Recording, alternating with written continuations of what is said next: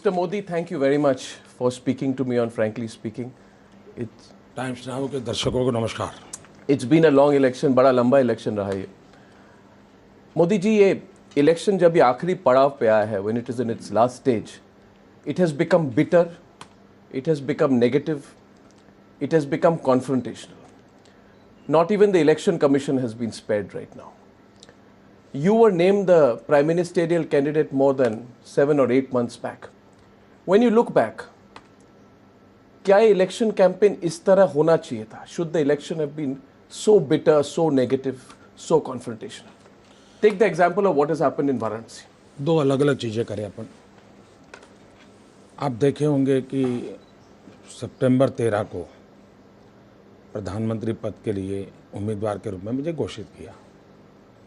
15 सितंबर को मेरी पहली रैली हुई रेवाड़ी में एक्स सर्विसमैन की, और तब से अब तक मैं सैकड़ों रैलियां कर चुका हूं, सैकड़ों चाय पे चर्चा के कार्यक्रम कर चुका हूं, सैकड़ों मेरी 3D सभाएं हुई हैं, और शायद देश में इतने व्यापक तौर पर जनता को मिलने के लिए कोई गया हो, शायद ही कोई ऐसा मिलेगा। मेरे पूरे भाषणों का आप सब अवेलेबल है, एनालिसिस कीजिए। आपको ठीक है, छोटा मोटा पॉलिटिकल कमेंट रहता है, लेकिन 95% आप देखोगे मैंने इश्यूज़ पे बातें की है। महंगाई पे, बेरोजगारी पे, किसानों की समस्या पे, सुरक्षा पर, इन्हीं विषयों पर मैं बोलता रहता हूँ। और मैं भारत सरकार से जवाब मांगता हूँ कि भाई चुनाव भारत सरकार का है, तो जवाब भारत सरकार ने देना चाहिए। इतना बड़ा चुनाव हुआ, एक बार भी रूलिंग पार्टी के किसी व्यक्ति ने महंगाई पर बोला क्या? किसी इंटरव्यू वाले ने पूछा क्या? क्या महंगाई मुद्दा नहीं है क्या? भ्रष्टाचार मुद्दा है कि नहीं है? मैं हैरान हूँ, मेरे देश का मीडिया को भी क्या हो गया है। कम से कम वो तो रूलिंग पार्टी को पूछना चाहिए। हुआ क्या है कि मीडिया के लोग भी मोदी को गुजरात का पूछ रहे हैं। भाई गुजरात का तो मैंने 2012 के चुनाव में पाई का पल पल का हिसाब जनता को दे दिया। अभी जो कांग्रेस के मित्र गुजरात के बाहर जो आरोप लगा रहे हैं मेरे खिलाफ, वो सारे आरोप उन्होंने गुजरात में लगाए थे। गुजराती जनता ने उसका जवाब भी दे दिया। फिर भी मैं देश के न्यूट्रल लोगों से अपेक्षा करता था कि वे तो कम से कम बहस को मुद्दों पर ले जाएं। मुझे दुख के साथ कहना हूँ कि सिर्फ राजनीतिक दल नहीं, जिनसे न्यूट्रल लोगों से अपेक्षा थी, वे भी कम पड़ गए हैं। ये अच्छी चीज़ नहीं है। राजनीतिक दलों ने भी इसमें कम पड़ना नहीं चाहिए था, न्यूट्रल लोगों ने भी नहीं पड़ना चाहिए था, लेकिन हुआ है। दूसरा, अभी भी मैं मानता हूँ हर चुनाव में ये तीखी बातें वो जनता की बात अपनी पहुँचाने के लिए पहले भी हुई है, कोई पहली बार हुई है ऐसा नहीं है। लेकिन आज दुर्भाग्य क्या है कि 60 मिनट का भाषण हो और 30 सेकंड की एक बात हो, वो 24 घंटे चलती है। 60 मिनट का भाषण एक बार आता है, फिर 30 सेकंड 24 घंटे चलता है। उसके कारण हम छवि ऐसी बना देते हैं कि राजनेता यही करते हैं, रियलिटी वो नहीं है। अच्छा होगा 12 के पहला तो आप नहीं कर पाओगे, लेकिन 12 के 16 के बीच में रियल में फैक्चुअल चीज़ों का एनालिसिस करोगे तो हो सकता है जो गलती है उनको भी करेक्ट करने का मौका मिलेगा, और जो अच्छा किया है वो भी देश के सामने आएगा। और मैं मानता हूँ टाइम्स नाउ इस काम को कर सकता है। दूसरा विषय निकाला आपने वाराणसी का। मुझे तो कल मैं पूरे दौरे पर था, तो मुझे रास्ते में ही पता चला कि ऐसा कुछ हो रहा है। मैं हैरान हूँ कि वो सुबह तक सिक्योरिटी के ग्राउंड पे बातें कर रहे थे कि सिक्योरिटी थ्रेट है। 7 दिन पहले भारत के गृह मंत्री ने कहा है कि मोदी पर कोई सिक्योरिटी थ्रेट नहीं है, कोई चिंता का विषय नहीं है। चिदम्बरम जी ने प्रेस कॉन्फ्रेंस करके कहा है कि सिक्योरिटी अरेंजमेंट सारा इतना अच्छा है कि मोदी आराम से 400 रैली कर चुके हैं, और इसलिए इस सिक्योरिटी के नाम पर बातें करना उचित नहीं है। भारत सरकार के 2 वरिष्ठ लोगों का कहना और अचानक कल ये कहना, तो फिर लगता है कि कुछ गड़बड़ है। इलेक्शन कमीशन से क्या शिकायत है मोदी जी? क्यों इलेक्शन कमीशन तो वही करेगी जो डिस्ट्रिक्ट एडमिनिस्ट्रेशन कहे, मगर आपका गुस्सा इस बार इलेक्शन कमीशन पे भी, ऐसा क्यों? अभी तक तो मैं एक शब्द बोला नहीं, गुस्सा कहाँ से? आपकी पार्टी तो कह रही है।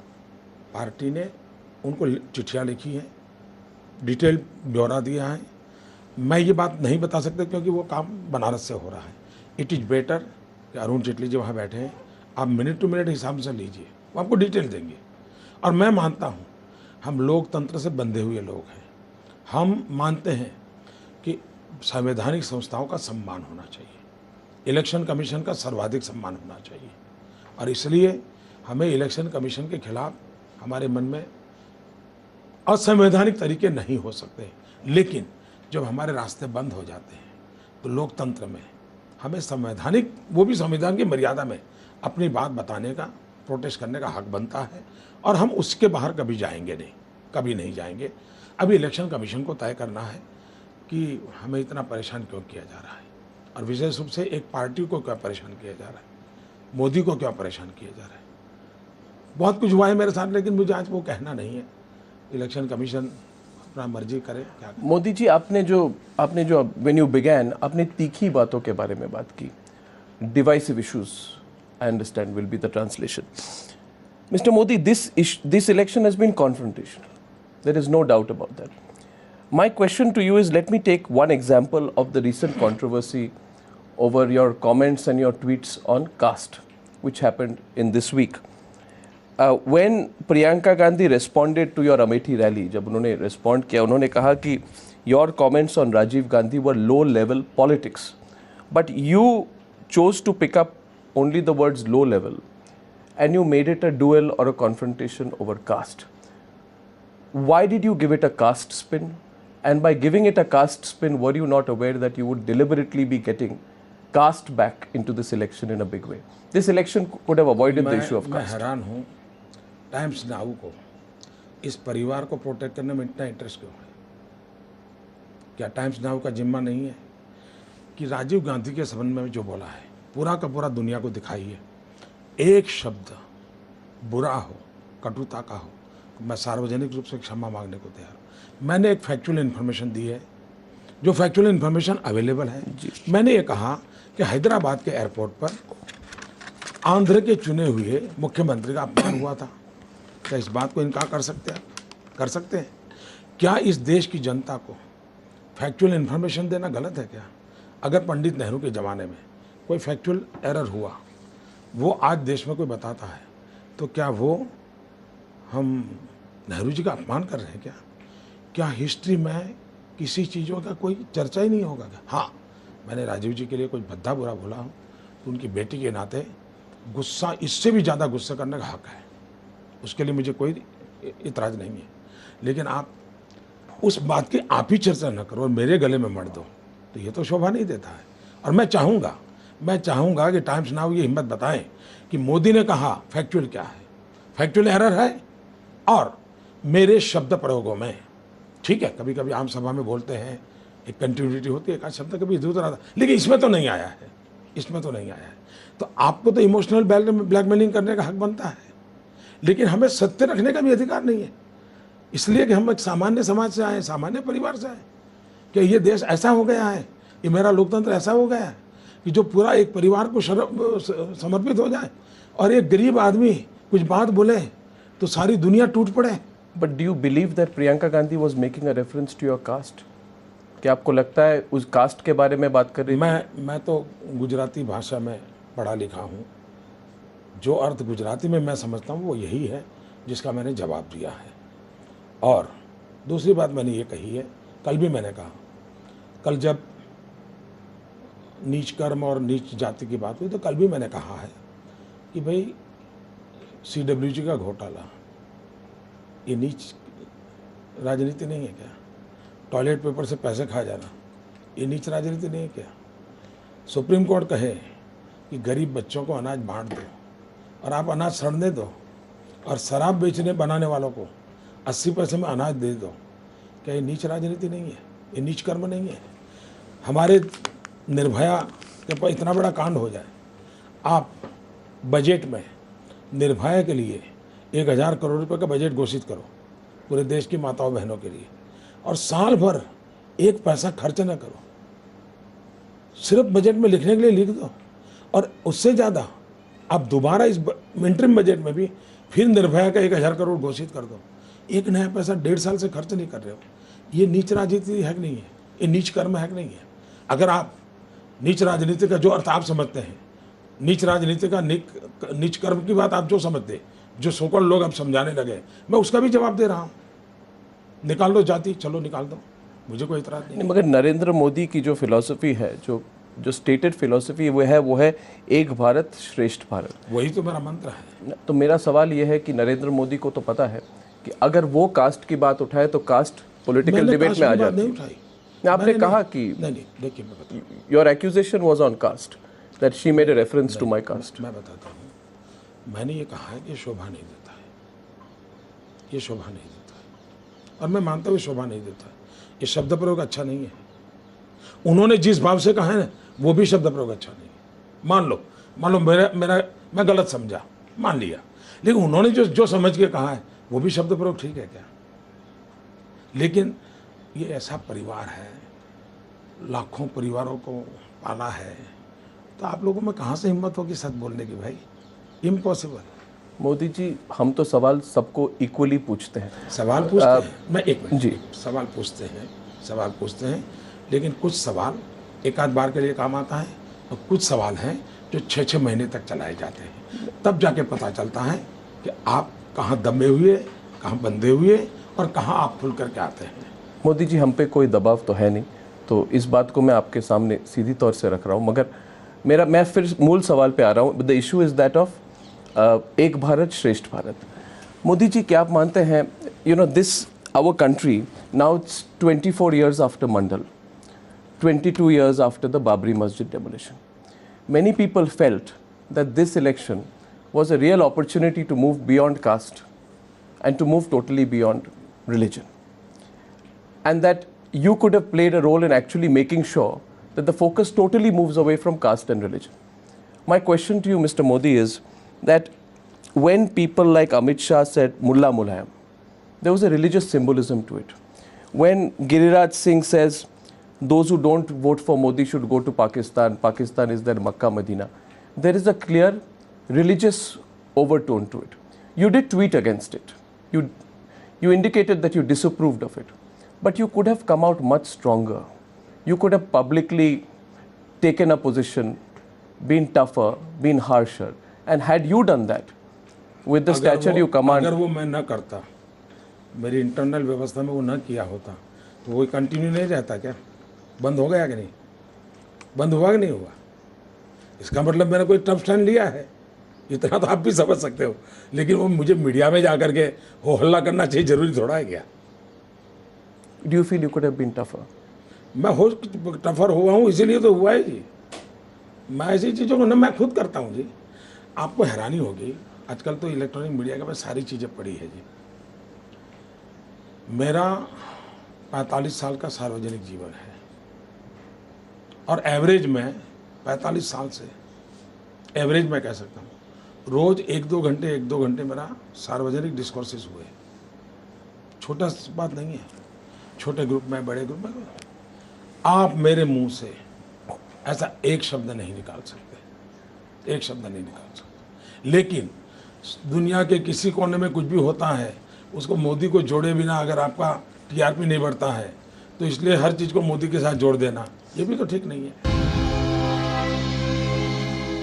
But do you believe these leaders were trying to give a religious spin? Do you believe they were trying to exploit sentiments? मुझे ऐसा नहीं लगता है। मैं इतना ही कहूँगा, ऐसा नहीं होना चाहिए। मैं इतना ही कहता हूँ। कोई सोच करके सबने किया होगा, ऐसा मुझे नहीं लगता है। But Mr. Modi, you have yourself also said some things which have religious overtones. जैसे जिसको माना जा सकता है कि आप एक धर्म के लोगों के लिए बोल रहे हैं। मैं ये नहीं कह रहा कि एक धर्म के लोगों के खिलाफ बोल रहे हैं जी। जैसे कि बंगाल में आपने जो कहा, आपने कहा मोदी जी की, और मेरे पास इंग्लिश ट्रांसलेशन है उसका, जो मुझे समझ में आता है कि it's quite clearly a translation. आपने कहा those who observe Durga Ashtami and those who speak Bengali, they are all mother India's children. Why should it be the case? कल मैंने उसको ज़रा और आप लोगों को समझ में आया इसलिए दूसरा बोला। मैंने कहा देखिए, दो प्रकार के सुप्रीम कोर्ट का जजमेंट भी इसमें आप देख लीजिए। मैं वही बोला हूँ जो सुप्रीम कोर्ट बोलती है। मैं वही बोला हूँ जो ममता बनर्जी ने 4 अगस्त 2005 को पार्लियामेंट में बोला था। मैं वही बोलता हूँ जो 1996 में इंद्रजीत गुप्ता ने as a home minister, as a leftist बोला था। मैं वही बोल रहा हूँ जो 1995 में या 6 में पीएम सैयद जो हमारे MOS होम थे, उन्होंने जो बोला था वही मैं बोल रहा हूँ। दो बातें हैं। आप मुझे बताइए, दुनिया के किसी भी देश में इंडियन ओरिजिन होगा, अगर उस देश में उसको दिक्कत होगी, अफ्रीका में हो, फिजी में हो, जावा में हो, सुमेत्रा में हो, सूरीनाम में हो, वो जाएगा कहाँ? उसका पासपोर्ट का रंग तो अलग है, 150 साल से वो गया हुआ है, क्या गुनाह है, कहाँ जाएगा? उसके लिए एक ही जगह है, वो यहाँ आएगा। क्या इस देश का कर्तव्य नहीं है कि 100 साल 150 साल पुराने उसके जो भारत के बेटे हैं, जिसको अब वापस आना है, मुसीबत में है, वो कोई लूटने के लिए नहीं आ रहे, क्या उनके साथ न्याय होना चाहिए नहीं होना चाहिए? अगर बांग्लादेश में जस्ट बिकॉज ऑफ रिलीजियन उनको वहाँ से खदेड़ा जाता है, उनका जीना दुष्कर किया जाता है, जो पॉपुलेशन विभाजन के समय 35% थी, जो पॉपुलेशन आज 7% हो गई, उनके लिए तो जगह बची नहीं है।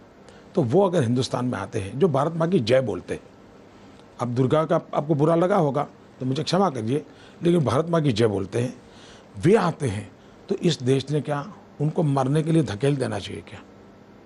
जाओ वापस मारो काटो, जो होगा होगा, तुम जानो, तुम्हारा नसीब जाने। हमारे पॉलिटिकल डिसीजन के कारण उनको मरना पड़ेगा।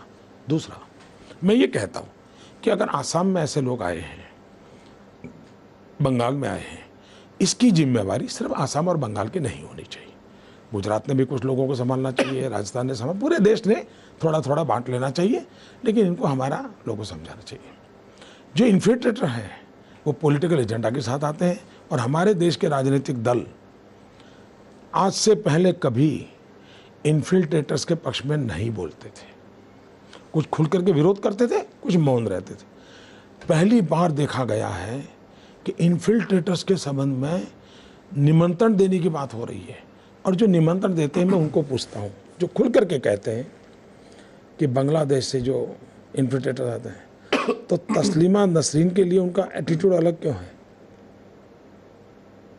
तस्लीमा को तो हम बंगाल में नहीं रहने देंगे, ये आंदोलन क्यों चलाते थे फिर? तो ये दो मानदंड किसके हैं? और इसलिए मेरा कहना बहुत साफ है, इसमें हिंदू मुसलमान का विषय ही नहीं है। तीसरी बात है, पाकिस्तान से राजस्थान में 45 साल से हजारों परिवार आकर के पड़े हुए हैं। अभी तक वो भारत माँ के गोद में आकर के अपना सर छुपा के रह रहे हैं।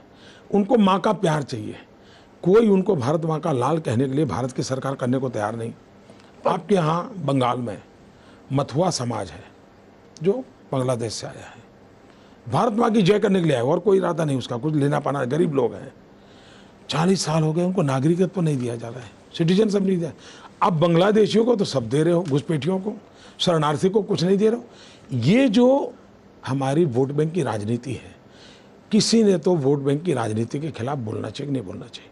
और अगर देश के हित में बोलना, मैं हैरान हूँ, आप जैसे लोग टेररिज्म के खिलाफ बोलो तो बोले सांप्रदायिक, जनसंख्या वृद्धि के लिए बोलो तो बोले सांप्रदायिक, घुसपैठियों के लिए बोलो तो सांप्रदायिक। तो मेरे देश के लिए कौन बोलेगा भाई? नहीं मोदी जी, देखिए, India is not a one religion country.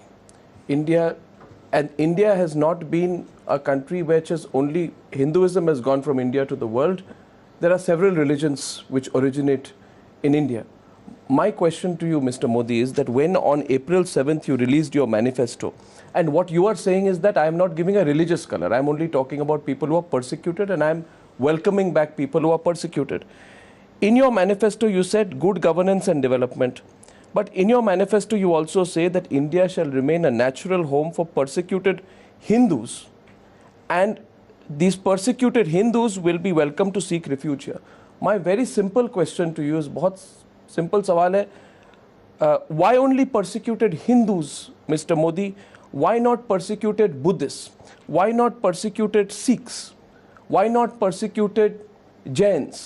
Why not persecuted Muslims or persecuted Christians? Because if the BJP speaks the language of inclusion, Then Mr. Modi, your manifesto should have said persecuted आप Sikhs, जो बोलते हैं Jains, सब, आप जो बोलते हैं सब मैं मानने को तैयार हूँ। but it's not in your manifesto. हम मानते हैं कि सब हमारे ही लोग हैं इस देश में पले बड़े सब। इसको दुनिया सुप्रीम कोर्ट के जजमेंट के अनुसार हिंदू ये रिलीजन नहीं है, हिंदू ये वे ऑफ लाइफ है। आप रिलीजन में चले गए, हम सुप्रीम कोर्ट के जजमेंट के हिसाब से चलते हैं। सुप्रीम कोर्ट के जजमेंट के हिसाब से हिंदू ये वे ऑफ लाइफ है, और उसमें न बुद्ध को इतराज है न सिख को इतराज है। इतना ही नहीं, आज भी केरल में हमारे ईसाई संप्रदाय ऐसे हैं जो इसी प्रकार से जीवन जीते हैं। ये आप डिस्क्रिमिनेट करते हैं, हम नहीं करते हैं। नहीं, मगर आपके मैनिफेस्टो में तो सिर्फ हिंदूज का रेफरेंस था। हम हिंदू रेफरेंस जो करते हैं वो सुप्रीम कोर्ट के जजमेंट के हिसाब से करते हैं, वे ऑफ लाइफ के रिलीजन के हिसाब से नहीं करते। So the reference to Hindus in the manifesto we have is nothing not, to, we don't is not- believe that. हम मानने को तैयार नहीं, हिंदू रिलीजन है, हम मानने को तैयार नहीं है। Hindu is a way of life. And you just spoke in your first answer, you said निमंत्रण देने की बात है, इन्फिल्ट्रेटर्स को निमंत्रण देने की बात है। जस्ट एक फॉलो अप क्वेश्चन है उसका मोदी जी, कि बांग्लादेश में आज करीब 8 या 10% पॉपुलेशन जो है हिंदू है, यानी कि 15 million, there be 150 lakh Bangladeshis who will be Hindus. Are you also not giving an open invitation in that sense by saying that all those who celebrate Durga Ashtami and who are persecuted will be मैं welcome? मानता हूँ ये अर्थ निकालना गलत है। उनकी तो मजबूरी है, मुसीबत है, उनका जीना मुश्किल हो गया है। और मैं चाहूँगा कि टाइम्स नाउ एक 3-4 महीने वहाँ रिसर्च करें, मेहनत करें, और ह्यूमन कॉज के लिए विश्व के सामने बांग्लादेश की हालत क्या बनी है दुनिया के सामने लाएं। मोदी का वर्जन लेने की जरूरत No, नहीं। because this clarification is very important when you said that the reference to persecuted Hindus, because this has been a subject of discussion मेरा मुद्दा for a long time, Mr. Modi, and I'm sure you're aware of it. नहीं, supreme court ने कहा है जी, supreme court ने कहा है आपको करना पड़ेगा। ये वोट बैंक की राजनीति करने नहीं देती जी। मैं तो ये, आप बांग्लादेश से सीमित हो जाते हैं तो मुश्किल होती है। अब फिजी, जावा, सुमेत्रा, अफ्रीका सब देखो ना भाई, कहाँ जाएगा वो? क्योंकि जब ये मैं manifesto बताता हूँ, जब अफ्रीका में बीच में आतंकवादियों ने हमले बोले तो सारे जो ओरिजिनल गुजराती थे बेचारे बोलना भी नहीं आता है, 100 साल पहले गए थे, तुरंत मेरा संपर्क किया, साहब हम क्या करें, हम कहाँ जाएं, क्या करोगे आप मुझे बताइए ना। So you are saying all persecuted people whose families may be of Indian origin, whether they are Christian or Muslim or Sikhs or Jains, that India is their natural home? Is that what you are saying? बिल्कुल स्वाभाविक है भाई, लेकिन इसका मतलब आप विभाजन के जोड़ना मत, वरना आप 1947 की घटना को भी जोड़ के कर दोगे। नहीं, मैं तो ये खेल मत करना। नहीं, मैं बताता हूँ, मैं साफ बताता हूँ, मुझे कोई संकोच नहीं है, और मैं वोट बैंक की राजनीति के लिए उलझता नहीं हूँ जी। वोट आते हैं, सरकारें आती हैं, जाती है, जाने दीजिए, देश अजरा अमर होता है। दुनिया के किसी भी देश में रहने वाला व्यक्ति जिसका पासपोर्ट का कलर कोई भी हो, खून का रंग अगर हमसे मिलता है, उसका हक बनता है हिंदुस्तान पे। मोदी जी, क्योंकि ये सारे सवाल जो मैंने किए, अब मेरी हिंदी इतनी अच्छी नहीं, मगर जो the central line of thought is basically this, that whether it is Amit Shah's Mullah Mulayam comment or Giriraj Singh's comment or the Durga Ashtami comment or the manifesto, if one puts it all together and one were to ask you that, do you feel that the BJP, and especially the BJP under the leadership today of Narendra Modi, is still seen to be a right-wing religion-based party that leans more, and this clarification of yours on the manifesto is important, that this election, did it give you an opportunity to break away from the mode of being a right-wing religion-based party? पहली बात है, And did you take up that opportunity? पहली बात है, इस पूरे चुनाव को हमारी भरपूर कोशिश रही है गुड गवर्नेंस एंड डेवलपमेंट पे आगे ले जाना। हमारी कोशिश रही है कि 21वीं सदी का हिंदुस्तान कैसा हो, उन सपनों को उजागर करने वाला चुनाव हो। हमारी कोशिश रही है कि जिनको आगे की ज़िंदगी का भविष्य तय करना है, उन नौजवानों को केंद्र में रख करके पूरे इलेक्शन कैंपेन को चलाया जाए। और मैं विश्वास से कहता हूँ, इन्हीं मुद्दों के कारण हमें जन समर्थन मिला है और हम इन मुद्दों के साथ कमिटेड हैं। और मैं मानता हूँ कि देश, भारतीय जनता पार्टी जो भाषा बोल रही है, भारतीय जनता पार्टी जिन मुद्दों को लेकर के चुनाव में चली है, उसको देश की जनता ने कोई क्वेश्चन नहीं किया है। लेकिन 60 साल से एक परिवार से जुड़े हुए वेस्टेड इंटरेस्ट ग्रुप है, उनके लिए उससे बाहर निकलना बड़ा मुश्किल है। देश की जनता निकल चुकी है। मोदी जी, राहुल गांधी के साथ जब मैंने इंटरव्यू किया था जनवरी में, जब कैंपेन शुरू हुआ था, I done a interview with Rahul Gandhi since he was being projected by the party as not its prime ministerial candidate but their principal campaigner. So I had asked him one question in the context of the 1984 riots. I said to him that, are any congressmen, do you think any congressmen, when you look back, were involved in the 1984 riots? My question to you is this, that in your view, were any members of the Sangh Parivar, VHP, BJP involved in the 2002 riots? मैं मानता हूं कि गुजरात के दंगों में जितना vibrant judiciary रही है, जितना एक्टिविज्म रहा है जुडिशरी का, और जितना वाइब्रेंट मीडिया रहा है, और जितना ओवर एक्टिव एनजीओज रहे हैं, जितना इंटरनेशनल एजेंसियां रही हैं, उसके बाद सारी स्क्रूटनी के बाद मैं मानता हूं उनको निर्णय करने दीजिए। मोदी के सर्टिफिकेट की कोई ज़रूरत नहीं है, और मोदी के सर्टिफिकेट पर भरोसा भी नहीं करना चाहिए। मोदी के सर्टिफिकेट पे जरा भी विश्वास नहीं करना चाहिए। कॉन्स्टिट्यूशनल अथॉरिटीज पर ही भरोसा करना चाहिए। एंड लेट, उन्होंने किया है, आगे भी करेंगे। No, there is one side is the legal process. और दूसरा मैं कहना चाहूँगा कि आप भी अपना नाम हिस्ट्री में दर्ज करा दीजिए कि आपने पहला इंटरव्यू जिसका किया था और आखिरी इंटरव्यू जिसका कर रहे हो, तो टाइम्स नाउ को एक क्रेडिट मिल गई है। No, I don't want any credit, Mr. Modi. My job honestly is to speak to all the people in this election and ask them all the questions that I possibly can. And Mr. Modi, I know that you have been given a clean sheet by the courts, and I know that the courts have found nothing against you in the Gujarat riots. But in the spirit of my questioning, there are just one or two more questions I'd like to ask. You know, the question is on Mayaben Kodnani. Now, I was reading quite a few books which actually say that Mayaben Kodnani was more a supporter of Keshubhai Patel. She was certainly not politically in the Narendra Modi camp. Yet, despite the charges against her, which were quite serious, you brought her as a cabinet minister in 2007. When you look back, Mr. Modi, given her conviction, do you regret that? Do you feel you made a mistake? आपको क्या है यार, कौन जानकारी देता है? Research तो करो यार। मैं तो मानता था अन्ना बड़ी रिसर्च करता है। आपकी जानकारी के लिए, उस समय उन पर कोई चार्जेस नहीं थे। बाद में जब यूपीए 2 बना, यूपीए 2 बनने के बाद जो सारे खेल चले, उसमें से जो आया, फिर एसआईटी बनी, उसके बाद उनको डाला गया। तो जब मैंने मिनिस्टर बनाया था, तब उन पर चार्जेस नहीं थे, आपकी जानकारी के लिए। लेकिन फिर भी मैं मानता हूँ उनको भी अभी कई कोर्ट से अपना न्याय लेने का हक बनता है। एक नागरिक का उनका हक है, उनको अपना काम करने दीजिए। But Mr. Modi, do you believe in retrospect that she could have been protected by the state agencies or the police, Mayaben Kodnani in this case? Because during the trial, ये काम दिल्ली में बहुत हुआ, 84 के बाद बहुत हुआ। मेरा स्पष्ट मत है, कानून को कानून का काम करना देना चाहिए। मेरी सरकार का काम न किसी की मदद करना है, न किसी को प्रताड़ित करना है। मेरी सरकार को मुझे उससे अलग रखना चाहिए, और मैं हमेशा रखता आया हूँ। मेरे खुद के लिए भी रखा है मैंने। ये आपके गले नहीं उतरेगा, क्योंकि आप इतना गंद दिमाग में भर के लोग, आप यार नॉट अर्नब गोस्वामी, एक टोली है। ये सत्य समझने के लिए उनको अभी और 25 साल लगेंगे, सत्य जानने के लिए, नहीं, स्वीकार करने के लिए। नहीं, in my mind, I have no gun or I have no biases or prejudices. I'm just asking you, Mr. Modi, that after the clean sheet which you got, you wrote a very detailed blog in which you said that I had repeatedly reiterated the same principles in my daily interactions with the media in those fateful days of February, March 2002 as well, publicly underlining, and I'm reading from your blog, the political will as well as the moral responsibility of the government to ensure peace, deliver justice, and punish all those guilty of violence.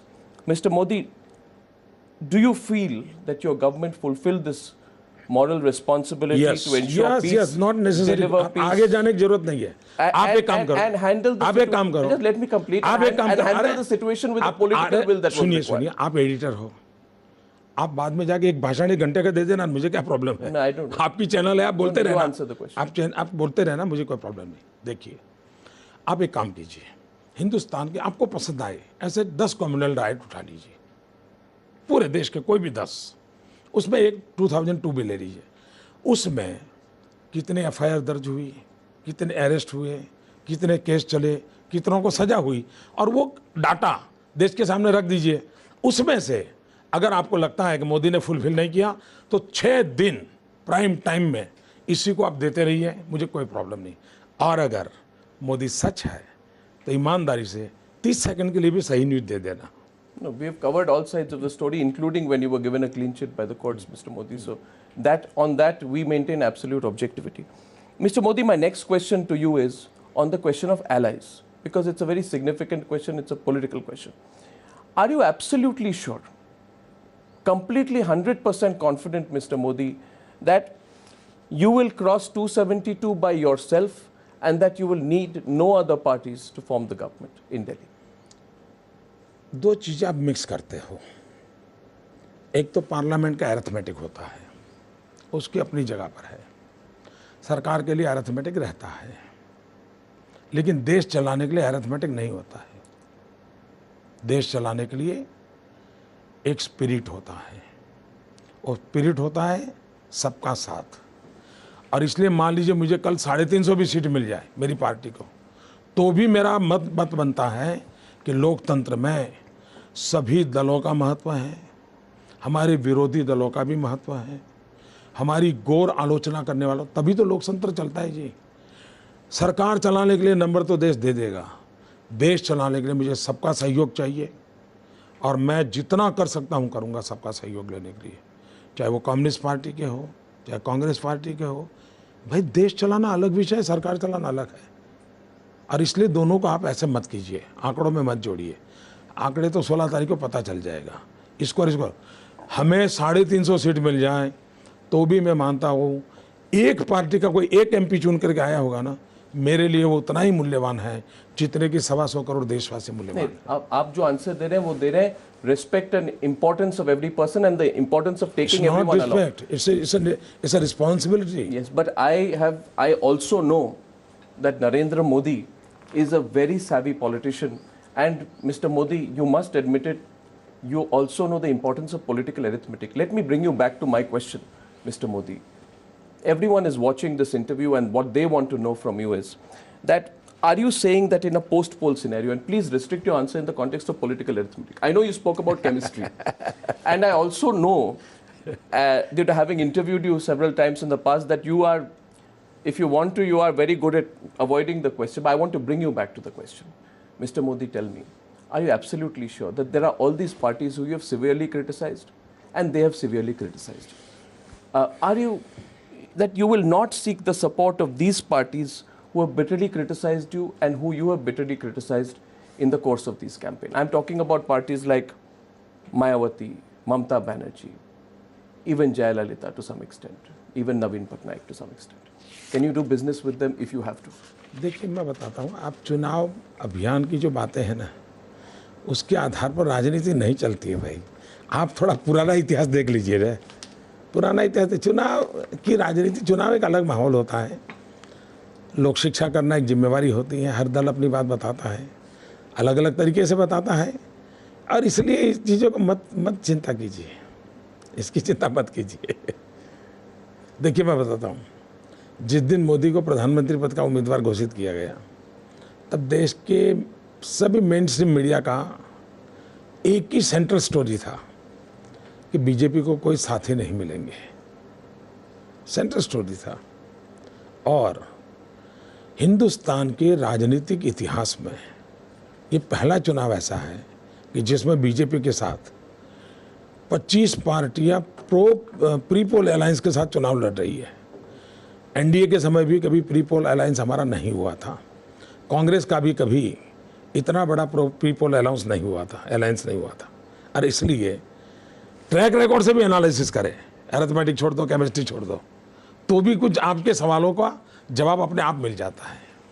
पर मोदी जी, मैंने आपके जब अमेठी में आपने speech दी स्मृति ईरानी के समर्थन में, जहाँ पे आपने कहा कि शी इज़ माई छोटी बहन, तो आपने एक और बात कही थी कि अगर ज़रूरत पड़े तो कुछ काम इधर कराना हो तो मैं करा सकता हूँ, समाजवादी पार्टी में अगर मुलायम सिंह यादव को कहूँ तो वो आके काम करेंगे। तो मैं एक दो बातें होती है, एक बात होती है कि किसी के साथ काम करके देश को आगे चलाना, दूसरी बात होती है पॉलिटिकल अरिथमेटिक। मैं तीसरी बार और एक बार इस प्रश्न की कोशिश करूंगा आपसे पूछने कि अगर ज़रूरत पड़े आंकड़े लाने के लिए, if you to bring the numbers together, are you willing to reach out to Mayawati? Because the BJP and the BSP have worked together in the past. Are you willing to reach out to Mamata Banerjee? Are you willing to reach out to Jayalalitha if required to form the government, to get the numbers and form a strong government? दो विषय जरा आपको मैं समझा दूं, और मैं चाहता हूं आप इसी पर पूरा इंटरव्यू पूरा कीजिए, मुझे प्रॉब्लम नहीं है। मैं आपको बताता हूं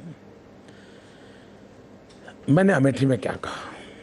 अमेठी में मेरा विषय ये था, मैंने कहा राहुल जी ने ये कहा कि डेवलपमेंट इसलिए नहीं हुआ है कि स्टेट गवर्नमेंट हमारा रिस्पॉन्ड नहीं करती।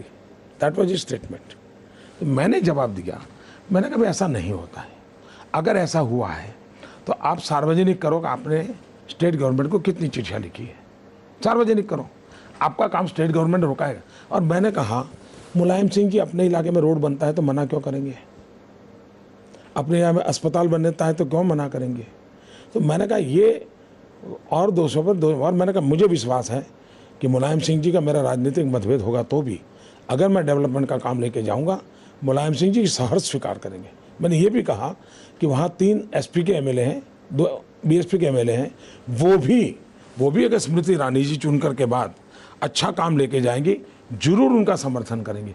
ये मैंने बहुत प्रैक्टिकल विषय रखा जी बिल्कुल। अब मेरा दूसरा सवाल। हाँ, अब दूसरा आपका सवाल है, वो सवाल आपका इरेलेवेंट इसलिए है क्योंकि सरकार बनाने के लिए भारतीय जनता पार्टी को देश की जनता भरपूर समर्थन दे रही है, लेकिन जब समर्थन मिलता है तो अहंकार नहीं देती है जनता, जिम्मेवारी देती है।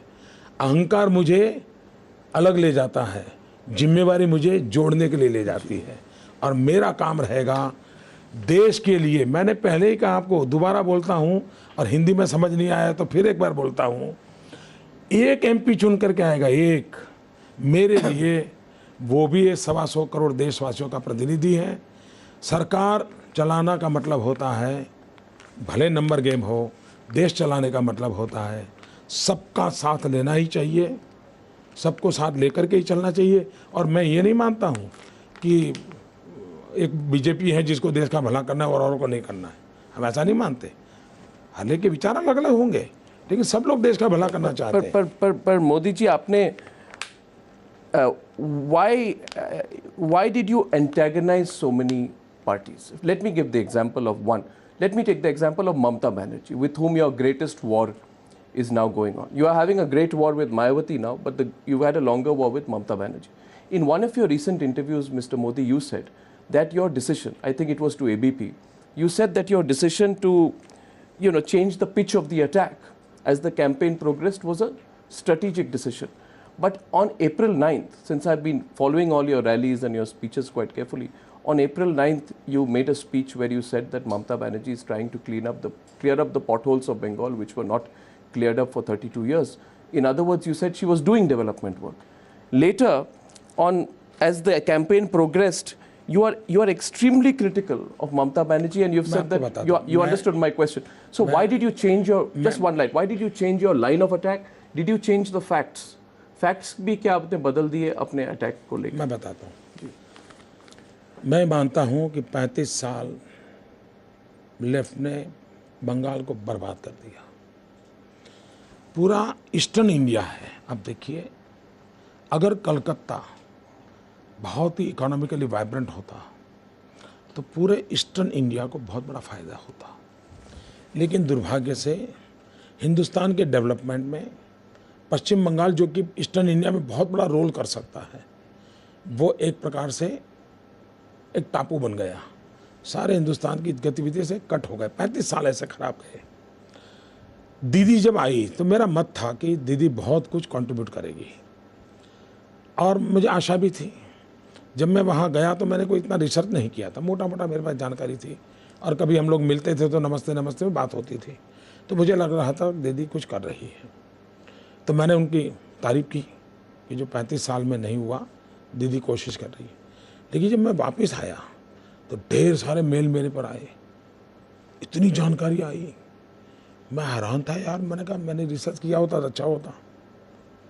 तो मैंने कहा लोकतंत्र के हिसाब, मैं मानता हूँ ईस्टर्न इंडिया का डेवलपमेंट करना है तो कलकत्ते को बहुत ही वाइब्रेंट सिटी बनाना पड़ेगा, बहुत ही ताकतवर बनाना पड़ेगा, इकोनॉमिकली बहुत ही गति लानी पड़ेगी, जिसका इम्पैक्ट अगल बगल के 5-6 राज्यों पे होगा।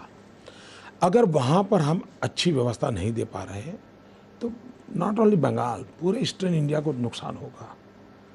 और 4-5 सेंटर हैं, पटना है, कलकत्ता है, रांची है, गुवाहाटी है, भुवनेश्वर है।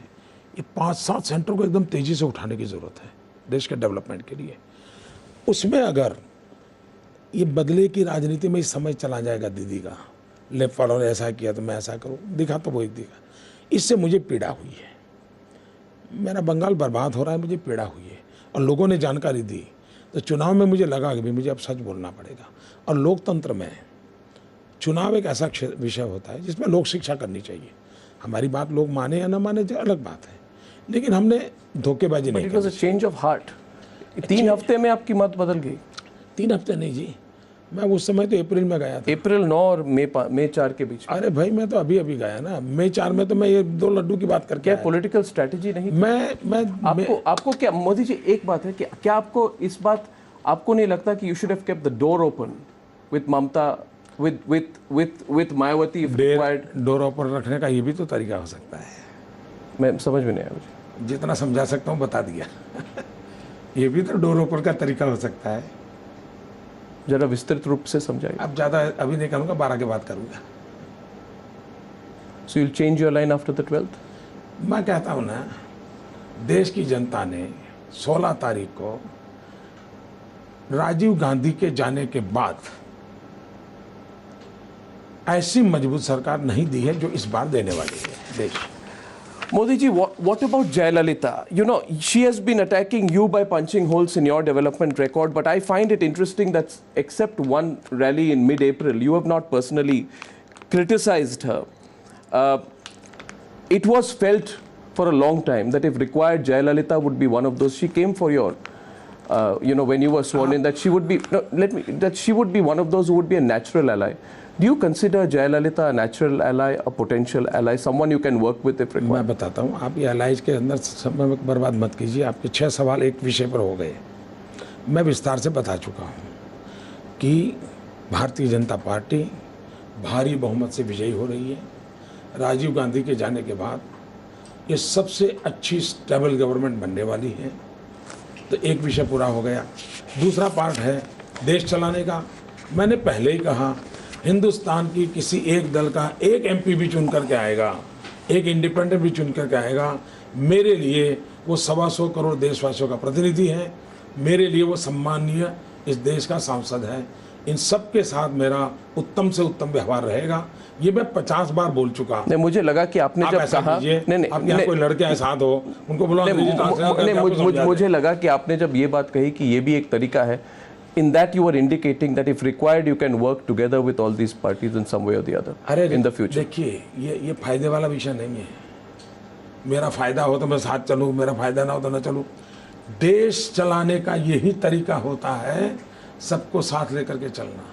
चुनाव में मैं भले ही टाइम्स नाउ से तू मैं कर लूँ, लेकिन जब मुझे देश चलाना है तो मुझे टाइम्स नाउ को भी देश चलाने के काम में जोड़ना होगा।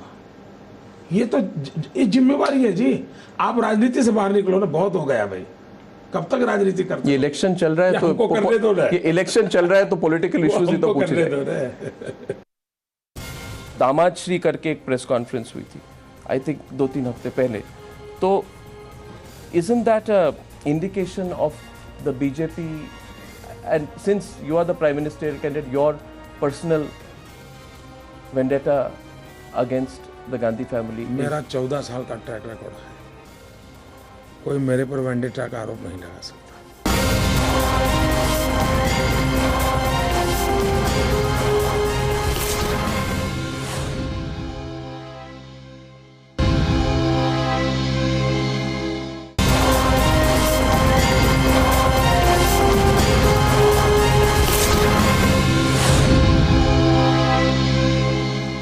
Mr. Modi, one controversy has been that of Snoopgate. On Snoopgate, my question to you is, you have worked with Amit Shah for a very long time. Do you believe the voice is that of Amit Shah? Can you identify that voice as his voice in the tapes, Mr. Modi? Do you believe that having worked with Amit Shah for so long and so closely, that he could have broken the law without official clearances to deploy state machinery on one person? Supreme court इस बात को देख रही है, supreme court देख रही है। What is your view on? Supreme court में विषय है, मैं बाहर क्यों बोलूँगा। सुप्रीम कोर्ट देख रही है जी, मुझे सुप्रीम कोर्ट पे भरोसा है। In the terms of reference, जो कमीशन है, जो स्टेट गवर्नमेंट ने जो कमीशन बिठाई है अंडर रिटायर्ड हाई कोर्ट जज on Snoopgate, Mr. Modi, one of the issues which is there is how the conspiracy on how the tapes came out. I am asking you this question in the context of Tehelka. In Tehelka also it was asked, is there a conspiracy behind why the Tehelka tapes came out vis-a-vis what was exposed in the tapes? In this case, what is more important? What is in the tapes or the conspiracy on why the tapes came out? मुझे तहलका वाला मालूम नहीं है, लेकिन जिस विषय पे आप जाना चाहते हो 10 बार पूछोगे 10 बार एक ही जवाब है, सुप्रीम कोर्ट के मामला सुप्रीम कोर्ट में, let the supreme court decide. But why are you opposed to a central probe investigation in this case? On most cases, Mr. Modi, you are quite transparent. When you gave your interview on India TV, you were asked a question about your election expenditure. And you said, let there be an investigation by any central agency, including the Election Commission, if I'm not mistaken, you told Rajat Sharma, into this whole issue of my election expenditure. Why not a central investigation into Snoopgate as well? मैंने किसी चीज़ में मना किया ही नहीं है। Supreme court के पास मामला है, मुझे कोई रोल करना ही नहीं है। मैं एक शब्द पे एक बोला नहीं हूँ भाई, आप क्यों मेरे गले मट रहे हो? But then why did you feel that Kapil Sibal and the central government, in a recent interview you said, had political malice on the question? कि इस पे देखिए 2009 में पार्लियामेंट का चुनाव था, उस चुनाव में दैट वाज 2009 में श्रीमान कपिल सिब्बल जी गुजरात आए थे और उन्होंने ये सार्वजनिक भाषण किया है। उन्होंने कहा है कि यूपीए 2 में मोदी जेल जाएगा और ये हम तय करके बैठे हैं, हम मोदी को जेल जा कर के भेजेंगे। ये 2009 का है और तब के बाद की सारी घटनाएं उसी कोशिश को पूरा करने के लिए चल रही है। उस संदर्भ में मेरा जवाब है।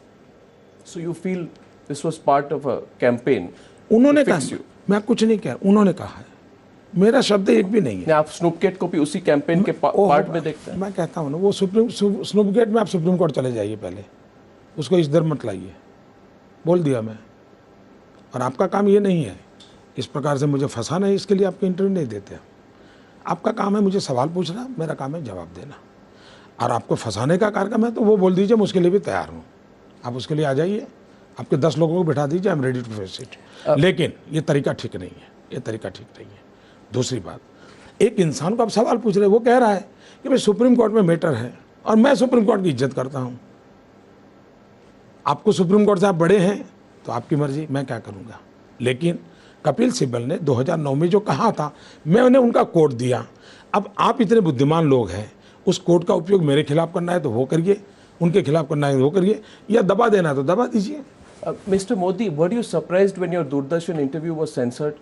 जब वो इंटरव्यू सेंसर किया गया, जब आपने इंटरव्यू दी, 2 सवाल है उसमें, जब इंटरव्यू दी क्या आप सरप्राइज थे कि वो सेंसर हुई? जब सेंसर हुई तो ये बात बाद में आई, जब मीडिया में आए उसके बाद आपके ऑफिस ने वो टेप्स रिलीज किए जो ओरिजिनल टेप्स थे। तो were you surprised when that interview was censored? मैं बताता हूँ। एक तो दूरदर्शन से मुझे रिक्वेस्ट आई, मैंने कहा ठीक है भाई, अब सबको दे रहे तो बारी बारी से दे दीजिए। मैंने समय निकाला तो मेरी पार्टी भी रिकॉर्डिंग करती है, मेरी पार्टी ने भी रिकॉर्डिंग किया था। फिर वो दूरदर्शन पे आया, वो भी मुझे मालूम नहीं था, काटा आगे नहीं काटा वो भी मालूम नहीं था, क्योंकि ना हमें इतना समय होता है। लेकिन अचानक एक विषय आया, बेटी वाला। मैंने कहा ये गाली मुझे कैसे पड़ी, मैं तो ऐसा बोला नहीं।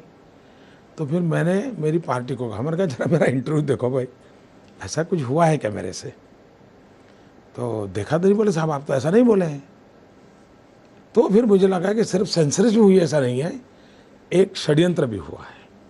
सेंसर तो कभी हो जाए, चलो भाई आपके पास टाइम नहीं हुआ, मान लीजिए अभी मैं अर्नब को कुछ भी इधर उधर बोल दूंगा तो निकाल दे, तो क्या बुरा है, आप एडिटर है, यू हैव एवरी राइट। मुझे कोई, हम एडिट ज़्यादा नहीं करते। नहीं, अगर आप करें तो मुझे कोई प्रॉब्लम नहीं है, लेकिन ये उसमें से ही जो अर्थ निकाल करके मेरे गले मर दिया गया, तो मुझे ज़रा आश्चर्य हुआ।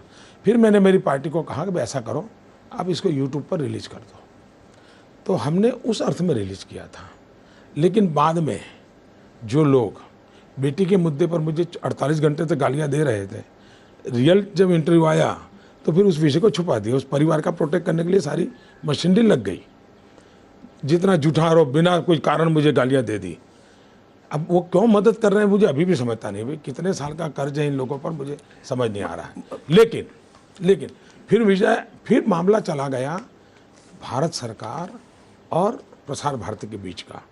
अच्छा ये होगा कि मोदी को बीच में लाए बिना पूरा इंटरव्यू, कट किया हुआ इंटरव्यू, सरकार का रवैया, प्रसार भारती का रवैया, एंड हमारी प्रसार भारती स्वतंत्र है कि नहीं, इसकी चर्चा न्यूट्रल लोगों ने करनी चाहिए, नॉट मोदी। मोदी जी, मीडिया की न्यूट्रलिटी, और मैं वैसे इस बात पे जाता नहीं, बट टाइम्स नाउ की न्यूट्रलिटी पर ये तो ज़रूर कह सकता हूँ कि सारी इंटरव्यू टाइम्स नाउ पे दिखाएगी, एडिटेड, अनएडिटेड, सेंसर्ड, अनसेंसर्ड। मैं इसके विषय में टाइम्स नाउ को अभिनंदन करता हूँ, उन्होंने ये दूरदर्शन का पूरा दिखाया, मुझे बताया। मैं तो नहीं देख पाया, मैं खुद मेरा इंटरव्यू अभी तक देख नहीं पाया हूँ, लेकिन मैंने सुना आपने अच्छा किया ये। मोदी जी, मैं ये उसी दूरदर्शन के जो ये इंटरव्यू जो कंट्रोवर्शियल हुआ, उसमें एक मूल सवाल आपने ये कहा था कि I will not respond to Priyanka Gandhi because I don't consider a political rival. My question to you is, नहीं, ऐसे शब्द मैंने नहीं कहा। यू सेड नहीं, you said let me quote, आपका ट्रांसलेटर में कोई गड़बड़ है? अच्छा ट्रांसलेटर लाइए। नहीं, what you said that even if she whatever she is saying is as a daughter, it is her right to work hard for her mother. Even if she gives me 10 more abuses, I am willing to listen. Then I cannot raise any objections as she is only fulfilling her role as a daughter. Am I right in my translation now? बिल्कुल। Then my question to you is, why then later, in recent days, have you reacted to what Priyanka Gandhi has said? You reacted when you said, how can she see? You didn't take her name, but you said, Smriti who? फिर ये नीच राजनीति वाली बात आई, RSVP वाली बात आई. So while you said that you will not respond to Priyanka Gandhi, or at least because she's fulfilling her role as a daughter, why have you responded to the things that she has said? देखिए, ऐसा नहीं है। आप मुझ पर गंभीर आरोप लगाते हैं तो मुझे जवाब नहीं देना चाहिए क्या? मुझे जवाब नहीं देना चाहिए क्या? अगर अर्नब गोस्वामी राजनीति में नहीं है, ठीक है, अगर कल मुझे गंभीर आरोप लगाएगा तो मैं नहीं बोलूँगा क्या? उस दिन का मेरा जवाब था कि भाई एक बेटी अपने माँ और भाई के लिए काम करे तो उसमें बुरा क्या है? बड़ा मैच्योर रिस्पॉन्स था मेरा भाई। But why is there so much animosity? Animosity का हिंदी ट्रांसलेशन क्या? मैं समझ गया एनिमोसिटी आप क्या कहना चाहते हैं। Why is there so much animosity, Mr. Modi, between you and the Gandhis?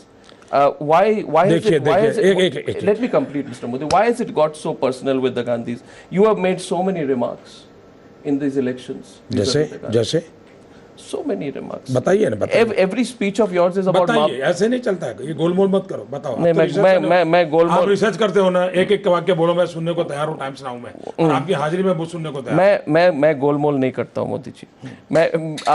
आपने हर स्पीच पे आप कहते हैं माँ बेटी की सरकार, माँ बेटी की सरकार, माँ बेटी की सरकार तो गई। ये तो मुझे बताइए, संजय बारू की किताब के बाद कोई क्वेश्चन है क्या? संजय बारू की किताब के बाद मैंने माँ बेटी की सरकार बोलना शुरू किया है, उसके पहले नहीं बोला। चलिए आगे आ जाइए, अच्छा लगेगा मुझे। अच्छा लगेगा। नवंबर 2013 में, क्योंकि मोदी जी आपके हर स्पीच, हर वाक्य, हर रैली को मैं फॉलो करता हूँ, नवंबर 2013 में आपने कहा, madam you are ill, let the शहजादा take over and let us see then if he can deliver round the clock electricity to Chhattisgarh. आपने वो बात क्यों उठाई? नहीं, मैं बताता हूँ जी, आप वो पूरा भाषण सुनिए। एक सहज फ्लो में गया कि आप अगर बीमार हैं तो आपके बेटे को कहो बिजली की चिंता करें। इतना पवित्र भाव था। जब मैंने उसका टीवी डिबेट का सुना तो मैं हैरान हो गया। ऐसे ही एक गाली अभी मुझे पड़ी थोड़े दिन पहले, लेकिन मीडिया चुप था, मैं भूल गया क्या था। सेम टाइप ऑफ गालियाँ मुझे पड़ी, सारा मीडिया देश का चुप था। मैं हैरान था, और वो ऐसा रूटीन में मैं जैसे मैं कहूँगा, अच्छा अर्नब आप बीमार हो तो ऐसा करो, उसको दे दो, इतना सहज था। लेकिन आपको पता होना चाहिए, देश में जब मैडम सोनिया जी की बीमारी की खबर आई, I was first person, not even single congressman, मेरा सबसे पहले उनको गेट वेल सून का मैसेज और मेरा बुके गया था। मैं सार्वजनिक जीवन में जो भी लोग हैं उनके विचार कुछ भी हो, लेकिन ये सब तपस्या करते हैं, अपना पूरे परिवार को खपा देते, मैं इज्जत करता हूँ। ये आप हमें जानते नहीं हो इसलिए आप बोल रहे हैं वैसा, हमारे जीवन को नहीं जानते हो आप। क्या रॉबर्ट वाड्रा के बारे में जो प्रेस कॉन्फ्रेंस हुई मोदी जी, वो एक तरह से जो दामाद श्री करके एक प्रेस कॉन्फ्रेंस हुई थी, आई थिंक 2-3 हफ्ते पहले, तो isn't that a indication of the BJP, and since you are the prime ministerial candidate, your personal vendetta against the Gandhi family? मेरा 14 साल का ट्रैक रिकॉर्ड है, कोई मेरे पर वेंडेटा का आरोप नहीं लगा सकता, कोई सोच नहीं सकता। और इस विषय में भी मैं बार बार बोल चुका हूँ, करप्शन के विषय ये चुनाव का मुद्दा है, चुनाव का मुद्दा है। मुझ पर इतने गलीच और झूठे आरोप लगाए गए हैं, इसको देखने की आपको फुर्सत नहीं है। लेकिन भारतीय जनता पार्टी ने सिर्फ हकीकतें देखी देश के सामने, और उसको आप वेंडेटा में ले जाते हो, ये कौन सा न्याय है आपका? Is the Robert Vadra issue an issue to keep the Congress on the back foot? Because Rajasthan में सरकार दिसंबर में आई मोदी जी, तब से लेके अब तक कोई फॉर्मल प्रोब इनिशिएट नहीं हुई उनके केसेस में, तो is it just an issue to raise as a political threat? यही इस बात का सबूत है कि हम हकीकतों के आधार पर चलते हैं, जुडिशियस माइंड से चलते हैं, जल्दबाजी में राजनीति करने के लिए नहीं जाते। वरना यही चीज़ हमको, जैसे हमारे साथ कपिल सिब्बल एंड कंपनी कर रही है ना, वो हम जयपुर में कर लेते हैं, लेकिन वो नहीं करते। हम हकीकतों के आधार पर जुडिशियल प्रोसेस से आगे बढ़ रहे हैं। नहीं होगा तो किसी को गुनाह नहीं बनेगा, हकीकत होगी तो देश जानेगा। अगर हमको करना होता, यही तो हमारी क्रेडिबिलिटी बताता है। हमने जो अब तक इस प्रकार से नहीं किया है वो हमारी क्रेडिबिलिटी बताता है। आप इसको गुनाह बताते हो, ये कैसा तर्क है? नहीं, मैं अगर वसुंधरा जी ने जनवरी में यही कर दिया होता तो आप वेंडेटा की बात करते? नहीं, क्यों कहते हैं? यही तो करते और क्या करते? नहीं, बिल्कुल। और कोई उन्होंने शांति से ट्रू गवर्नमेंट प्रोसेस होती है, अपना काम चल रहा है, जब सच निकलेगा। No, but Mr. Modi, every time the Vadra case came up, the Congress party now responded by asking questions on Adani's. Mr. Adani himself came out and gave a series of press conferences, and he gave a series of interviews. Now, I know, Mr. Modi, what you will say, and I know that the Supreme Court has praised Gujarat for land acquisition. But I have just one question for you on that. That the one part which I find difficult to understand, and I want clarity from you as a Chief Minister for more than 10 years in Gujarat, is that how was land given at rates of 1 to 32 rupees per square meter for Adani's? But I am told for Tata Motors it was given at 900. For Ford India it was given at 1,100. So why is there such a difference in the rates at which other corporates have been given land as opposed to others? पहली बात है कि आप अहमदाबाद में ज़मीन लेने जाएंगे और कच्छ के रेगिस्तान में ले जाएंगे तो दोनों में फ़र्क होगा कि नहीं होगा? टाटा अहमदाबाद में है, कच्छ अदानी रेगिस्तान में है। दूसरा, वो समुद्र की मास लैंड है। तीसरी बात है अर्नब, ये आंकड़ों का विषय होता है। क्या आप चाहते हैं कि मेरी सरकार आपको सारी फैक्चुअल इन्फॉर्मेशन दे और वो आप देश को दिखाएं? इतना करेंगे? क्योंकि यहीं पर ज़मीन कांग्रेस की सरकार ने 20 पैसे में दी है। इतना ही नहीं, इसी जगह पर इतने ही दाम से भारत सरकार को गुजरात ने 1000 बीघा ज़मीन दी है। 1000 बीघा, उसी जहां अदानी का है ना, उसके बिल्कुल एडजॉइनिंग 1000 बीघा ज़मीन सेम रेट से भारत सरकार ने भी ली है। क्योंकि वो मासी लैंड है, एक्चुअली तो ज़मीन दिखती ही नहीं है, वो पानी होता है, उसमें उनको फिलिंग करना पड़ता है। और वहाँ पर कोई एक किसान की एक तिनका भी उगता नहीं, वो ज़मीन है। और इतना ही नहीं, अदानी को पूरे हिंदुस्तान में जो ज़मीन मिली है, क्या उसकी रिसर्च आपको करनी चाहिए नहीं करनी चाहिए? कांग्रेस सरकारों ने ज़मीन दी, वो करनी चाहिए नहीं करनी चाहिए? मेरे यहाँ अच्छा, कल भारत सरकार के कॉमर्स एंड इंडस्ट्री मिनिस्टर ने भी कहा कि लैंड एक्विजिशन के संबंध में गुजरात सरकार की बहुत ट्रांसपेरेंट पॉलिसी है, किसी की फेवर करने वाली नहीं है, किसी का नुकसान करने वाली नहीं है। अब भारत सरकार का खुद का रिपोर्ट कहता है, अब ये पॉलिटिकल गिमिक चल रहा है, खुद अदानी ने जवाब दिए हैं, गुजरात सरकार ने जवाब दिए हैं।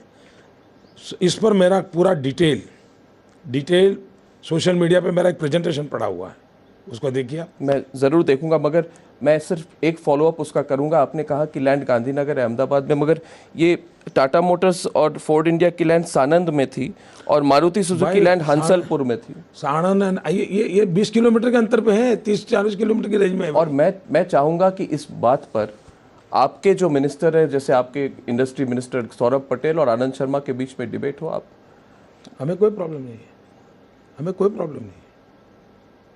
You are ready for open debate? सब हम तो बड़ा खुला, इसके बजाय डिबेट की क्या जरूरत है? आपकी एक टोली बिठाइए इंडिपेंडेंट, जिसको रेवेन्यू लॉज मालूम हो, और आप पूरा इतना कीजिए, हिंदुस्तान में अदानी किस किस राज्यों में है, कहाँ कहाँ उनको क्या मिला है। दूसरा, गुजरात सरकार ने पॉलिसी के बाहर कुछ दिया है क्या? मेरी पॉलिसी गलत है कि नहीं, उसका तो डिबेट हो सकता है, लेकिन क्या मोदी ने पॉलिसी के बाहर, और पॉलिसी होती है उसका लाभ अरब भी ले सकता है, उसका लाभ टाटा भी ले सकता है, उसका लाभ वड्रा भी ले सकता है, पॉलिसी का। Can talks and terror continue? बम, बंदूक और पिस्तौल की आवाज में बात सुनाई देती है क्या?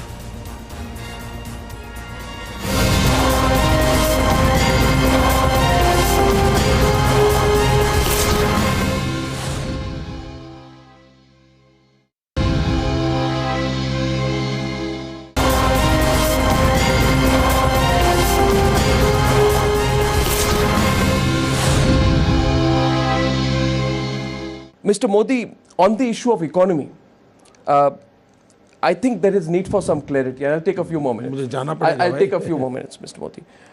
My first question is that when the price of petrol is increased, the BJP calls it a betrayal of the people.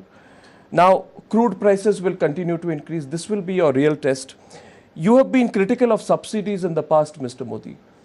Can you really afford to pull back subsidies given your own political positions on issues of price rise? किसने कहा ऐसा आपको? मैंने कब ऐसा कहा? Well, you have. कहाँ चला है? Well, मेरा मत ये है, I can quote you, Mr. मैं बताता हूँ, मैं ये कहता हूँ कि देश की तिजोरी पर सबसे पहला हक गरीबों का होता है। सरकार गरीबों के लिए होनी चाहिए। सरकार वो हो जो गरीबों का सुने, सरकार वो हो जो गरीबों के लिए करे। ये मेरे शब्द है भाई, आप कहाँ से लाते हो? Continue the food subsidy? पहली बात है, मेरे गुजरात में भी मैं आज भारत सरकार ने हमारा कोटा कम कर दिया है। 11 लाख परिवारों को मेरी सरकार के बजट से मैं दे रहा हूँ। क्या मेरे देश का गरीब भूखा मरेगा क्या? क्या मेरे देश को भूखा मरने दूंगा क्या? सरकार की तिजोरी किस काम के लिए है? गरीबों के लिए, और इसमें हमारा कमिटमेंट है। देश ऐसे नहीं चल सकता जी। I asked you the question because on January 19th you said Congress party offered doles to win the election. That was seen to be a reference to subsidies. दो चीज़ें अलग है भाई। आप चुनाव के समय कोई एक गिफ्ट घोषणा करे, उसका चर्चा अलग होता है। इकोनॉमिक पॉलिसी में डाउन ट्रोडन लोगों के डेवलपमेंट की आपकी जो स्कीम हो, वो अलग चीज़ होता है। दो अलग चीज़ें हैं। Mr. Modi, your manifesto says barring the multi-brand retail sector, FDI will be allowed in all sectors which are needed for job and asset creation. Does that mean you will revoke FDI in retail? देखिए, ऐसा है। What signal will that send out to foreign investors? Government एक continuity process होती है जी, continue process होती है। ये देश में बहुत बुरा हुआ है कि सपा वाले एक डिस्ट्रिक्ट बना दे, बसपा वाले उस डिस्ट्रिक्ट को ख़त्म कर दे। AIDM के एक डिसीजन करे, DM के आकर के दूसरा कर दे। देश ऐसे नहीं चलता है, बहुत मैच्योर डिसीजन लेते होते हैं। और भारतीय जनता पार्टी ने भी इस प्रकार की कटुतापूर्ण बातें कभी नहीं कही है। हमारा ये कहना है कि भाई आज देश को मैन्युफैक्चरिंग सेक्टर को इतना बड़ा धक्का लगेगा, हमारे नौजवानों का रोजगार चला जाएगा, और देश की प्रायोरिटी होनी चाहिए जॉब क्रिएशन। जॉब क्रिएशन के लिए हमारी पॉलिसी का इम्प्लीमेंटेशन होना चाहिए। हमारी प्रायोरिटी जॉब क्रिएशन रहेगी। अगर दुनिया के बाजार में से छाता यहाँ बेचने के लिए आता है और अम्ब्रेला, और मेरे देश में बेचारा 500,000 छाता बनाने वाला का दुकान बंद हो जाएगा, तो रोजगार का क्या No, होगा? Mr. Modi, because this, basically जो मूल सवाल ये है that because of all your years in the RSS and the influence of the RSS and the Andy Marino book on you, which is your political biography, I don't know if it's an authorized or unauthorized biography which has come out, seems to indicate, Mr. Modi, that you were not completely in agreement with the RSS on their economic views. So my very simple and straight question to you, Mr. Modi, is this, that will you be guided more by the pro-market reformist approach, which you have shown a lot of enthusiasm for, or will you be guided more by the Swadeshi RSS approach? पहली बात है, जितनी किताबें मेरे पर लिखी गई है, पॉलिटिकल बायोग्राफी हो, ऑटोग्राफी हो, जो भी लिखा गया होगा, न मैंने किसी को लिखने के लिए कहा है, न मैंने ऑथोराइज किया है, और कुछ लोगों ने बहुत बेईमानी करके मेरे नाम का उपयोग किया है, लेकिन मैं बोला नहीं हूँ, लेकिन आज आप पूछ लिए तो बोल रहा हूँ, मैं किसी को मान्यता नहीं देता हूँ ये सब। और मैं देख रहा हूँ कि पिछले 30 दिन में शायद 150 किताबें आई हैं, जरूर, तो अब उनकी जिम्मेवारी। Let's leave that aside, but my question, नहीं, नंबर 1 तो वो ये विषय आई टेक दैट असाइड। दूसरा आरएसएस की थिंकिंग आर्थिक विषयों पर इतनी है कि भाई भारत का गरीब आदमी का भला हो, ये वो सोचते हैं। जहाँ तक मैं सरकार में बैठ रहा हूँ, मैं मानता हूँ कि जो लोग देश के हित की इकोनॉमी सोचते हैं, कोई कॉन्ट्राडिक्शन नहीं है, कोई कॉन्ट्राडिक्शन नहीं है। Mr. Modi, on the issue of Pakistan, because your foreign policy will be central on Pakistan, you have said now in a recent interview that a confrontational approach is not the best approach in foreign policy relations. So, will you allow talks to continue despite ceasefire violations, despite infiltrations, because these ceasefire violations and infiltrations have really crossed all limits, especially in the last 5 years of the UPA. In your speeches, you've taken a very strong view on it. Can talks and terror continue? बम, बंदूक और पिस्तौल की आवाज़ में बात सुनाई देती है क्या? बम, बंदूक, पिस्तौल के धमाकों के बीच आवाज़ सुनाई देती है क्या? तो बातचीत के लिए सुनाई देती आवाज़ के लिए तो बम, बंदूक, धमाके बंद होने चाहिए। नहीं, बातचीत के लिए बंद होने चाहिए। बंद होने के बिना बात हो नहीं सकती। बम, बंदूक, पिस्तौल की आवाज़ यहीं पर मैं और आप बात कर रहे हैं और धमाके हो रहे हैं, तो बात होगी क्या? कैसे होगी जी? So what this means is that you cannot continue the export of terror from Pakistan, infiltration. Bharat की संसद का सर्वसम्मति ओपिनियन है और हिंदुस्तान की किसी पॉलिटिकल पार्टी को इस ओपिनियन को बदलने का अधिकार नहीं है। So can talks continue? My question is on talks, Mr. Modi. Can talks continue with Pakistan? For example, they have not moved 1 inch, Mr. Modi, on the 26/11 trial. Right. And there will be वो सारे issue आज भी वैसे के वैसे खड़े हैं, आज भी खड़े हैं। तो आप अगर प्रधानमंत्री बनेंगे और पाकिस्तान का रवैया बदले नहीं, अगर 26/11 ट्रायल में प्रोग्रेस नहीं हो, अगर इन्फिल्ट्रेशन कंटिन्यू रहे, अगर एक्सपोर्ट ऑफ टेरर कंटिन्यू रहे, तो क्या टॉक्स आपकी सरकार करेगी पाकिस्तान के साथ? आप नेगेटिव क्यों सोचते हो? अगर देश मजबूती का एहसास कराएगा तो साथी भी बदलेंगे, पड़ोसी भी बदलेंगे, माहौल भी बदलेगा। अगर बदले नहीं तो बातचीत क्या हो सकती है? बहुत सीधा सवाल है मेरा, मोदी जी। आपका निराशा में पैदा हुआ सवाल है, मैं आशावादी जवाब दे रहा हूँ। But why don't you say that talks and terror cannot continue? That was the position of the BJP for all these last few years. भाई, मैं वही कह रहा हूँ जी, देश की सरकार मजबूत होगी तो समस्याओं का समाधान अपने आप शुरू होगा। So talks and terror cannot continue. That was the position of the BJP when it was out of power. मैंने अलग शब्दों में कहा कि बम, बंदूक और पिस्तौल की आवाज़ में आवाज़ कहाँ सुनाई देती है? मैंने वही तो कहा आपको। Exactly. So you've said that you and I are saying basically the same thing. Mr. Modi, recently the Interior Minister of Pakistan reacted, and some say overreacted, to your comment on Dawood Ibrahim. And now my question to you is, considering that the UPA government has completely failed to bring Dawood Ibrahim, or we keep giving them files on Dawood Ibrahim. If I'm not mistaken, we gave them another file a few days back. Will you adopt the same tactics of asking and pleading with Pakistan to cooperate on Dawood Ibrahim? Because all the intelligence proof is that he is in Pakistan, that he lives in Karachi, and he has the support and patronage of the Pakistan government and the ISI. मैं मानता हूँ ये non issue का आप issue बना रहे हो. Non issue in the sense इस लेवल का इशू नहीं है जो हमको. He's India's most wanted man. सुनिए इस लेवल पे जहाँ चुनाव आज देश का पहुँचा है वहाँ अगर आप इसी खिलौने से खेलोगे तो आप अच्छा नहीं कर रहे हो. नंबर 1, मेरी डिबेट क्या थी?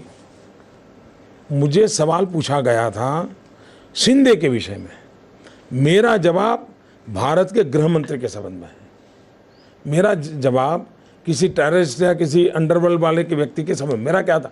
उन्होंने क्या कहा? हम प्रेस कॉन्फ्रेंस में कहा. मैंने इनका कहा, मैंने कहा देखो भाई ये काम पत्रकार परिषदों में नहीं होते हैं. मैंने कहा ये ओबामा ने कोई प्रेस कॉन्फ्रेंस करके ऑपरेशन किया क्या?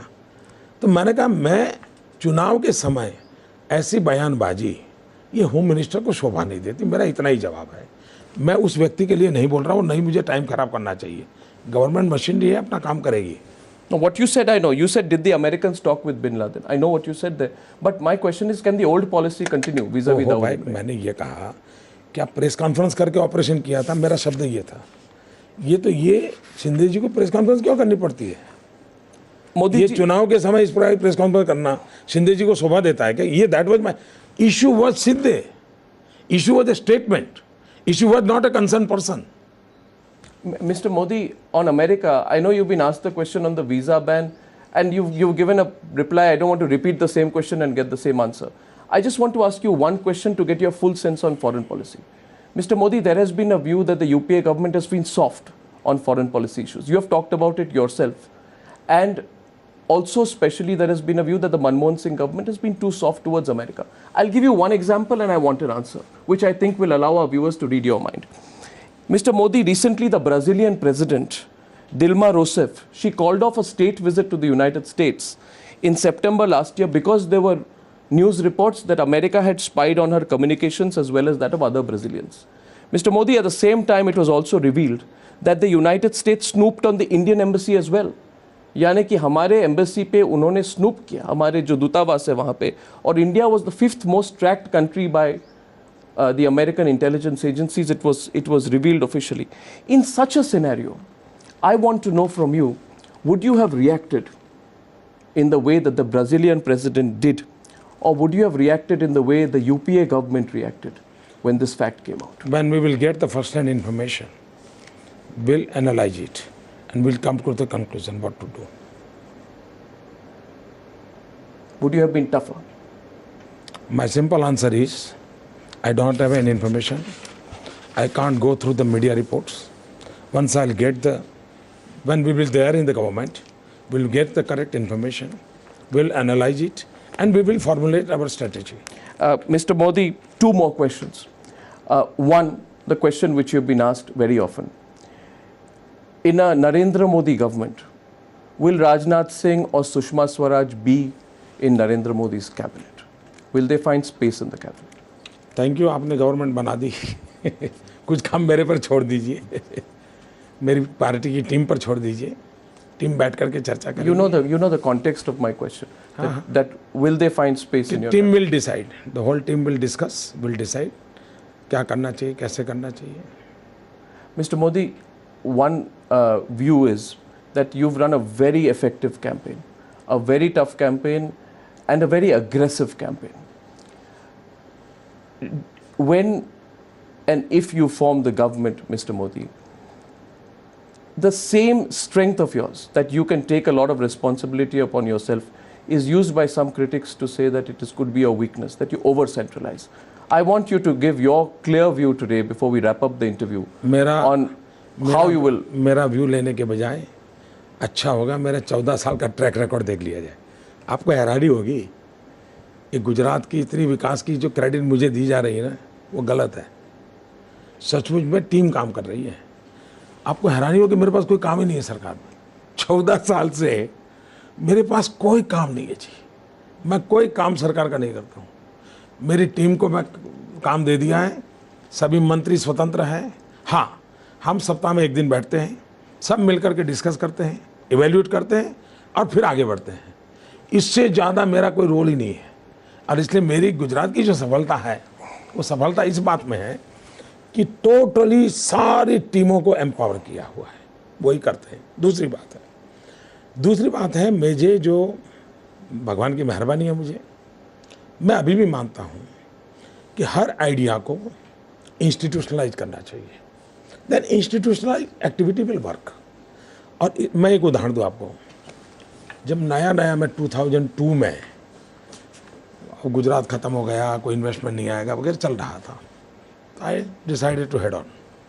मैंने 2003 में सारे प्रचार के बाद तय किया, वाइब्रेंट गुजरात करूँगा, इन्वेस्टर्स को लाऊंगा। सारा मीडिया मेरे खिलाफ था, सारा इतना जोर लगाया था जैसे कोई गुजरात में कोई 1 रुपया डाले जैसे कोई पाप कर रहा है, ऐसा माहौल बना दिया था। हम लगे, मैं करीब 8-9 महीने मेहनत किया, रोज़ समय देता था, मीटिंग करता था। वाइब्रेंट समिट मेरे अफसरों में भी उत्साह भरना था।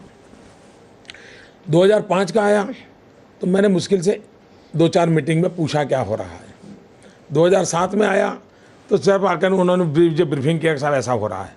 2009, 2011, 2013 वाइब्रेंट समिट हुआ, मैं सिर्फ उद्घाटन के समय गया हूँ, मुझे मालूम नहीं है कि किस प्रकार का ऑर्गेनाइज हो रहा है, और चीज़ें पहले से बहुत अच्छी हुई। मेरे यहाँ मैं कृषि महोत्सव करता हूँ, 1 महीना भर गांव में जाता हूँ, खेत तक जाता हूँ, पूरी सरकार को ले जाता हूँ। शुरू में मैंने इस कंसेप्ट के लिए 15 दिन 20 दिन मेहनत किया। आज 10 साल से मैं सिर्फ, मुझे सूचना आती, मैं कार्यक्रम में चला जाता हूँ, बाकी इंस्टीट्यूशन वर्क, सिस्टम वर्क। तो मुझे कार्य करने की मेरी जो आदत है, बेसिकली मैं संगठन का व्यक्ति हूँ, तो ह्यूमन रिसोर्स मैनेजमेंट ये मेरे ब्लड में है। Optimum utilisation of the resources, चाहे ह्यूमन रिसोर्स हो या टाइम रिसोर्स हो, मनी रिसोर्स हो, जो भी हो, ये मुझे परमात्मा ने गिफ्ट दी हुई है। खुद मैं कुछ नहीं करता जी, कुछ नहीं करता जी, आपको हैरानी होगी। और शायद हिंदुस्तान में सार्वजनिक रूप से ये स्वीकार करने की हिम्मत कोई राजनेता में नहीं होगी। मैं कुछ नहीं करता हूँ, मैं बताता हूँ जी, सब मेरी टीम करती हैं, बहुत अच्छे ढंग से कर रही है, और टीम ही करनी चाहिए, मेरा मत है। Mr. Modi, thank you very much. Thank you भैया, thank you. Thank you very much for talking to me. Times Now के दर्शकों को मेरा नमस्कार, और आप सबको मैं टाइम्स नाउ के माध्यम से कहता हूँ, पूरे देश में 8 चरण पूर्ण हो चुके हैं, 9वां चरण भी पूर्ण हो जाएगा। लोकतंत्र की ताकत देश की जनता है, मैं जनता को नमस्कार करता हूँ। धन्यवाद। Thank you, Mr. Modi. Thank you very much indeed. Thank you. Thank you भैया, थैंक यू।